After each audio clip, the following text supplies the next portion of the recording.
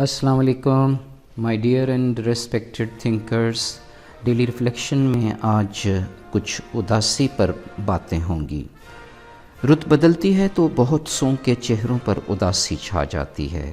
موسم میں تبدیلی کسی کو آس سے بھر دیتی ہے تو کسی کے چہروں پر اداسی کے سائے امڑ آتے ہیں. کبھی یوں محسوس ہوتا ہے کہ ہماری نئی نسل بے سبب اداس ہونے کے مراحل سے گزر رہی ہے. اکثر اداس لوگوں کو تو یہ تک بھی معلوم نہیں ہوتا کہ ان کی اداسی کی اصل وجہ کیا ہے. کوئی کہتا ہے کہ وہ اس لیے اداس ہے کہ اس کی توقعات پوری نہیں ہو رہی. کوئی رشتہ داروں کے رویہ سے تنگ آ کر اداس بیٹھا ہے.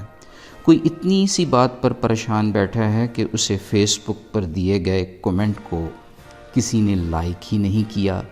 نیا سوٹ پہنا کسی نے تعریف ہی نہیں کی. اداسی چھا گئی. لوگوں نے خوشامد کرنا بند کر دی. اداسی امڑ آئی. حقیقت میں اداسی کی یہ سب وجوہات بہانہ ہیں، سیراب کی مانند ہیں. زیادہ تر اداسی کی وجہ ہم خود ہیں. آؤٹ سائڈ ان نہیں بلکہ ان سائڈ آؤٹ فینومینن ہے. ہمارا اپنے اوپر کنٹرول نہیں، خود اعتمادی کا فقدان ہے، خود فریبی کا بخار ہے. ہم اپنی خوبصورت زندگی دوسروں کی نقل میں جینا چاہتے ہیں. ہم اپنی انفرادیت کو لاشعوری طور پر بھول بیٹھے ہیں. ہم دوسروں کی طرح جینا چاہتے ہیں. دوسرے اداس لوگ شاید ہماری طرح. ہم بہت سے لوگوں کی زندگیوں کو رشک کی نگاہ سے دیکھتے ہیں. دوسرے بہت سے ہماری زندگیوں سے فیسینیٹ ہو رہے ہوتے ہیں.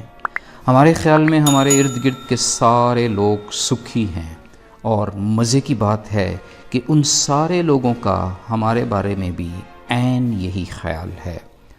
بلا سبب کی اداسیاں شاید یوں ہی پروان چڑھتی رہتی ہیں. اداس نسلیں شاید یوں ہی اداسیوں کے سفر میں گامزن رہتی ہیں. تو پھر چھوڑیں اداسیوں کے اس کھٹن سفر میں کیا رکھا ہے. آئیں اپنے من کی نئی دنیا بسا کر اسے سچائی کے رنگ سے رنگ لیں. اپنی نرالی دنیا بسائیں. اپنی انفرادی حیثیت کو بروئے کار لائیں. اپنے وکھرے وقار سے جئیں. آپ کی حسین اور خوشگوار زندگی کوئی اور بسر کرتا رہے اور آپ صرف اداس ہی رہیں، یہ کاہے کا انصاف ہے. یہ رویہ ختم کر دیں کہ دنیا کیا کہے گی. دنیا بھر کی غیر ضروری اداسیاں سمیٹنا چھوڑ دیں. اپنے من میں ڈوب کر سراغ زندگی پا جائیں. اداسیوں سے پاک زندگیوں کا راز، وقار سے جینے کا راز. اللہ حافظ.